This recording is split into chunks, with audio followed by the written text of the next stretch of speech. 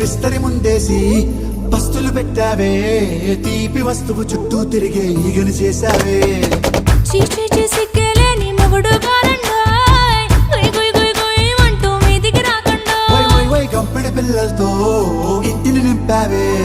సాపాదిండు సంసారాన్ని మేడెక్కించావే ఇరుగు పొరుగు ముందు సరసాలు తిండా పడుకోరే కుక్కలాగా మీ వాళ్ళు ఏం చేస్తాం ఎక్కేస్తాం ఇట్టాగే డాబాలు